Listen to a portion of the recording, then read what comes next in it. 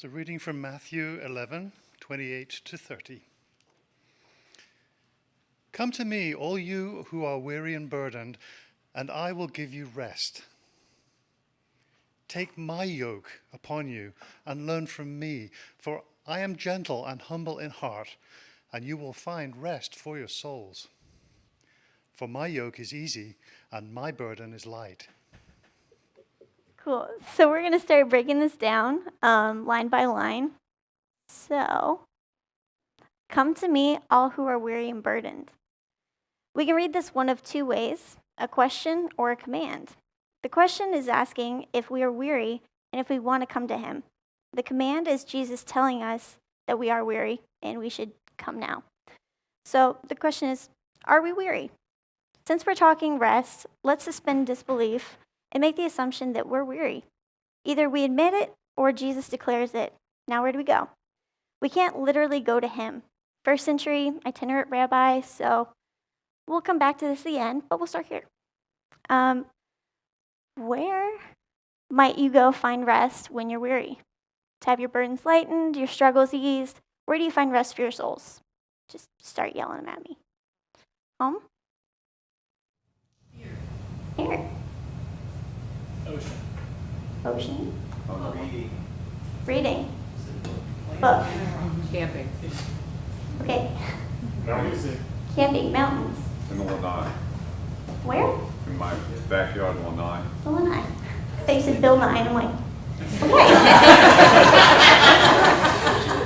okay. Anywhere where nobody in the world has any clue where I'm at and can't get a hold of me. True. Like the closet. Music. Music. Yeah. In another person. What? In another person. Another person. Cool. Cool. Safe friends. Safe friends. Are your friends unsafe? I'll let you know. Okay. So at Occupy this week, we asked the question, has being weary become the default for our society? And generally, the response was yes. Society has become weary. People have become weary. Even my dog looks weary. With a default of weariness, what is there to do? How can it be translated to something positive? Is it a sign that we are doing something good with our days? Our solution? Don't worry about it. However, if you're going to worry about it, what is being weary? It's a lack of rest due to overexertion or a lack of sleep. I lose a lot of sleep because I worry way too much. May be the biggest reason I have bags under my eyes. Don't look too close. Ben said something this week that just made sense in the worst of ways. He said, 99% of what I worry about doesn't happen, so it's working. Makes sense in the worst of ways. So we agree there's an unmistakable connection between worry and weariness. Worry is one of those things that we just do. We can't always help it, but what we can do is direct it, make it constructive in a way. Most things that we worry about are external anyways, so we will never be able to control them. Part of what we practice in meditation is standing back from our anxious thoughts, not judging them, but seeing them, but letting them go. Sure, they'll come back, worry always does, but we don't have to let worry make us weary. Unfortunately, this relationship to worry isn't a neat idea you can just buy into. You actually have to practice it. Or in this case, practice it in order to receive it. So, come to me, all who are weary, and I will give you rest. So first things first, what kind of rest is this man talking about? To nerd out for a minute, the book of Matthew is the New Testament, so it was written in Greek originally. There are two words for rest that can be used in this line. The first is anapauzo, which means to give pause to rest. And the second, anapauzin, which means to pause from resting, or to rest from pausing. Now, I think this is super cool because it both takes a moment to rest from action and from pausing. The mysterious middle way to rest from work and even to rest from rest. Feel free to roll that around. Have a moment. Now the question is, why is this man offering rest and what for? The opposite of weary, the alleviation of worry, aren't they both rest? A great way to find rest is something to be confident in. Maybe that is what Jesus is asking for, your confidence. This is another word for faith, trust, surrender. Maybe the greatest act of faith in this passage isn't that we know precisely what he means by rest, or how it is that we even come to him, but that we take the first step in admitting that we are weary and we can't fix that on our own. The things we've tried aren't working, and so we take a step towards something promising, something that might offer rest. This is a simple picture of what Jesus calls repentance, to turn a new direction, to rethink the ways that we're working and try something different, something life-giving. A major piece of this confidence or faith is the posture of receiving, because we might easily step towards someone or something in such a way that we maintain control, agency, we take it, we make it happen. This invitation to come through is an invitation or a posture of receiving. We do our part, we step, we come, but then we receive. I will give you rest. It might not surprise you to imagine this subtle shift in posture, but from earning or taking to receiving, this in and of itself is restful. It is a form of surrender. That being said, take my yoke upon you and learn from me. So the difference is that we're not taking, like snatching for ourselves. This taking on is like we're joining in, participating in, becoming a part of this yoke and this learning. So what's a yoke? When I first read this line, I'll admit, I walked into Jess's office and I just word vomited my confusion everywhere. My brain could not get away from thinking about oxen. What does Jesus have a yoke? Why? To bring y'all to my level of confusion, here's a picture. Why does Jesus have this? So a yoke is a wooden tool that connects two animals, like Dave said, so that they can pull something together like a cart or a plow. However, what's cool about a yoke is that it creates an even partnership between the two animals. Between the two animals. For a yoke to work, the ability to have to be a rough similar size and capability. So when you think about it, Jesus is saying that he wants a partner. He wants to partner up, basically, and that we're all on an equal playing level, which is super cool. And again, not like he was carrying it solo and then we take it and we carry it solo, but he wants to do it together, to pull in a shared direction with shared energy. It's cool on its own, but there's more. So another way you can look at yoke is historically, through a Jewish narrative. So for a little bit of history, again, around this time, Jesus was in a place called Galilee, which was in the northern part of modern-day Israel. This is a Jewish man in a very Jewish place, being a Jewish rabbi. In context of the area, the Torah of the law, it was the biggest deal, and rabbis were known for knowing it the best. And they were very, very highly respected, and the entire educational system was formed around them. When a kid was about 5 or 6, they would be taught by a local rabbi until they were about 10. So for that first time, they would memorize the first 5 books of the Bible. This part of their education was called Bet Sefer, the house of the book. So when a student turned 10, he could go one of 2 ways. He could either go and become a tradesman or an apprentice, something in the family, or he could enter into Bet Talmud, the house of learning, and would continue to memorize the scriptures throughout Malachi. This is also where students would learn how to respond to questions by asking questions. Most kids weren't allowed to continue on with their Jewish education. They would have to either go into apprenticeship because they weren't the best of the best. Only the best were allowed to continue. So when a student was the very best of the best, they were the best of this school, they would be about 14 or 15. They would apply to a rabbi to continue their education. When applying, the rabbi would just grill them, completely grill them, ask them any question in the book and every question in the book, making sure that the kid had what it would take to study with them and be them. If the rabbi didn't think they had what it would take, the rabbi would respond with, "Go, learn from your family's trade." If the rabbi was confident enough in the student's capabilities and truly thought that they could come and do what they would say, "Come follow me." This is called Bet Midrash, the house of study. So this is where a student would become a disciple and would take on the yoke of their rabbi. So this form of yoke was known to be the rabbi's own interpretation of the Bible, and beyond that, the actions and the way of life that resulted from his beliefs and studies. It took years for students to become a rabbi, and years for rabbis to take on his own students. Sharing the yoke of a rabbi was a huge deal for a rabbi, a student, and the community. So of course, this is about where Jesus steps in. He works within the system in some ways to change how the system is perceived. The men he tells to come follow him are completely not the best of the best. They are apprentices or tradesmen, so they didn't make it into Bet Midrash, this last school.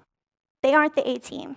However, telling them to follow him means that Jesus believes to his core that these men have what it takes to not only believe what he does and live as he does, but be him and do the things he does. He's saying that the B team or even the C team has what it takes to be the A+ team. But instead of telling the B team they'd have to work extra hard to be good enough, double down on studying, stay up late being quizzed and tutored and formed into worthy disciples, Jesus says, "Come to me, and I will give you rest." So how does this yoke lead to rest? "For my yoke is easy and my burden is light." This may be one of my favorite lines in this chunk. Jesus is just implicitly critiquing everyone else's yoke. If he has to say that his is so easy and light, what's everybody else's? What does it mean to have an easy yoke? Does it mean to follow the Spirit instead of the law? Look at the story of the Good Samaritan. The Jewish law says to keep walking around a person in need. But Jesus' yoke of interpretation empower us to lend a hand, to help out, to be on justice's side, regardless of what the law says. For so many people, it would be hard to leave someone on the side of the road, just lying there, dying. For so many people, it would just be following the law that would be so difficult, not easy. It would be almost a natural instinct to help. So the burden of leaving a half-dead person on the side of the road would be incredibly heavy. Many of the teachings and speeches that Jesus and other rabbis during the time that we're speaking about were actually community debates. They were issues of politics, morals, and just life. Much like now, they would use the scriptures that they were trained for years to memorize to defend points of views. Their yokes were the interpretations, and also like now, they aren't always easy to hear or justify with. For example, difficult yokes might be justifying kids in caves or slavery. That's difficult. It's not easy. So like Jesus' day, we encounter difficult yokes all the time. Religious interpretations that exclude LGBTQ communities, shame the other, champion unjust economic practices, degrade and violate the environment. Which is why when people encounter a faith community that welcomes all people, battles shame with unconditional love and grace, works for justice, and care for the environment, it's like a breath of fresh air. Because that yoke resonates with our deepest convictions. It makes our hearts sing. That yoke is easy. It feels right, like we can live that with integrity. I think the burden of yoke is a different thing altogether. Like speaking of cancer, you could say a number of things from the Bible that may make you feel better about the situation, but it's still heavy. There's still a burden, a struggle, a fight. But a yoke can either make a burden heavier or make it lighter. It can add to a cancer diagnosis things like fear, questions of purpose, like why would God do this? Or just unhelpful and superficial religious cliches that make us feel even more alone.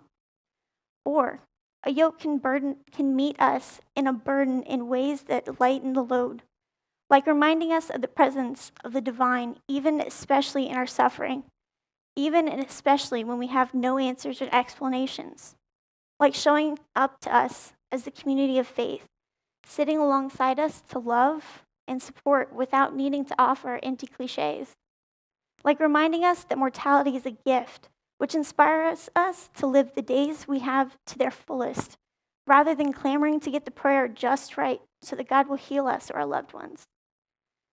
There's subtle differences, but they can make a huge difference in the way a yoke can lighten the load rather than further weigh us down. Ultimately, the yoke is about action. It's less a question of what we believe about the difficulties and heavy burdens of life, and more about how we live when we encounter them, how we choose a way that eases and lightens. So what happens when we take this easy and light yoke upon us? For I am gentle and humble in heart, and you will find rest for your souls. Find rest for your souls. That's a big promise. I found another translation, and it had this phrase, but it said, learn the unforced rhythms of grace. I think that this just solidifies Nate's whole sermon on natural rhythms and how they are the moments of rest that are built into our daily lives. Not that there's some supernatural magic trick, but the promise is that we rest. The rest we need for our soul is already available to be in our lives, in humanity, in the fabric of the universe. Psalm 23, 1-3 says, the Lord is my shepherd, I lack nothing. He makes me lie down in green pastures. He leads me beside quiet waters. He refreshes my soul. This is the rest that Jesus is promising when we come to him. Take up his yoke. And let me end there. There's a subtle but very important difference between earning and participating. He seems clear that he will give us rest. That rest is a gift, not another thing to earn. That being said, it does require our participation. Rest doesn't sneak up on us or fall from the sky when we're locked in a dysfunctional, workaholic, worried, weary cycle of self-destruction. It is a gift that is available, but it requires that we step toward it. Exercise some confidence in it. We don't earn rest, but we do participate in the gift.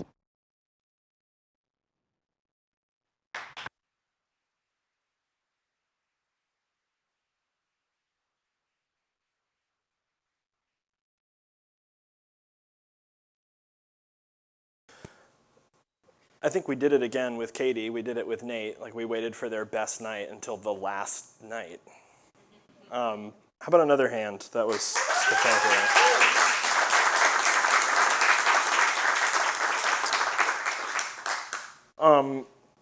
As we get ready to come to the table, I want to go back to sort of where Katie opened, which is the passage starts out with, come to me.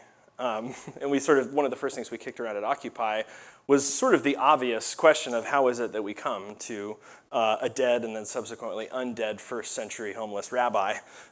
We don't have that ability anymore to engage the historical figure. So how do we come to the Christ of faith? How do we come to the same spirit that was alive in and animated this Jesus that we believe is somehow still accessible now? Maybe it's that we come to that spirit. In the spirit of inviting us to practice this, it comes through things that we practice together. We practice here, we practice hopefully in our own lives, like meditation or centering prayer, like all the things that you shouted out when Katie asked, where do we find this rest for our souls, like in music or in reading or at the ocean or when we go home or in true friendships. So we come to that spirit. I also think part of the way that we come is as we come to a liberating and an unburdening yoke.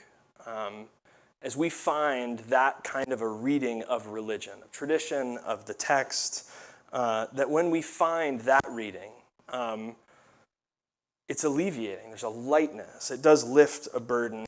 I think there's part of the practice which is us taking the responsibility to resist in our own lives, and then where it's harming others, to resist for others, yokes that oppress. And I can't remember who it was, the guy that got on the news and quoted a Bible passage to justify putting kids in cages and separating from their families. That's a great example of an oppressive yoke, where someone can read something in their religious tradition and use it to harm and oppress another. And so part of our practice is recognizing oppressive yokes and resisting them, both probably first for ourselves to say, I can't live under that anymore, but then also to look and go, wait a minute, if you're using your religion to dehumanize other people, I also can't let you do that, and I have to step in. So And then maybe something Jim said at Occupy is that maybe since we can't really come to the historical Jesus anymore, maybe now what we do is we start by coming to the church, to the tradition, to the community of faith, to the body of Christ, to find Jesus embodied in a community. That's sort of one of our convictions in the Christian tradition.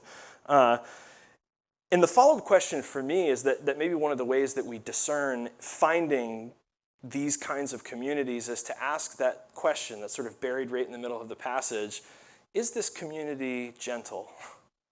And is this community humble? Because I think far too many people are searching for this kind of rest, but they find communities that promise it, but the way that they practice and the way they live together are not gentle. They're violent, and they are not humble. They're very driven by ego and certainty and promises that they can't keep. And so I think one of the important questions we have to ask as we practice searching for and finding and coming to a community or coming to practices that offer rest is to ask, are they gentle and are they humble? Because I think even if they promise it, if we find solutions to rest that are not gentle and humble, they will not ultimately work. And he says, learn, right? Not only come to me, but then also learn from me.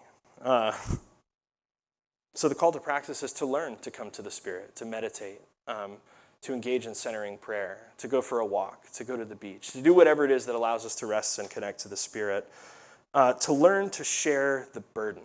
I think this is huge. That part of what Jesus is saying is come to me, and in some way the burden will be lifted. And so since we can't come to this sort of singular historical figure from the first century, and since we're saying maybe we can come in the sense that we come to a community of faith, how is it that we can practice sharing and being unburdened of the things that are difficult and that are heavy? And so we come to this table again. We come to this congregation, the church, the body. We come to receive all these things that Jesus promises: Spirit, shared burdens, to practice rest, to receive a yoke that eases and lightens our burdens. But because we come to the church, because we come to this table to receive, and because we are the church, we are the body, we come not only to receive this rest, but to be the body that in turn offers this rest, that offers the Spirit that unburdens those who come of oppressive yokes. We come to this table and in the same way are sent by this table. We come to this body and we are sent by this body. We come to receive this gift and we're sent to give this gift of rest, to teach this kind of yoke, to embody this Spirit that invites ourselves and invites others to find rest for our souls. The table of this easy yoke and lightened burden, embodied, given in body and in blood. There's no blood in here, by the way. We should get some blood.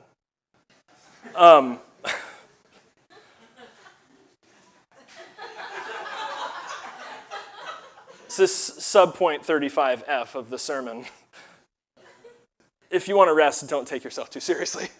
We're going to get some blood. We'll get back with you in just a second. The table of this easy yoke and lightened burden, the table that represents this body's invitation to itself and those beyond it to find rest.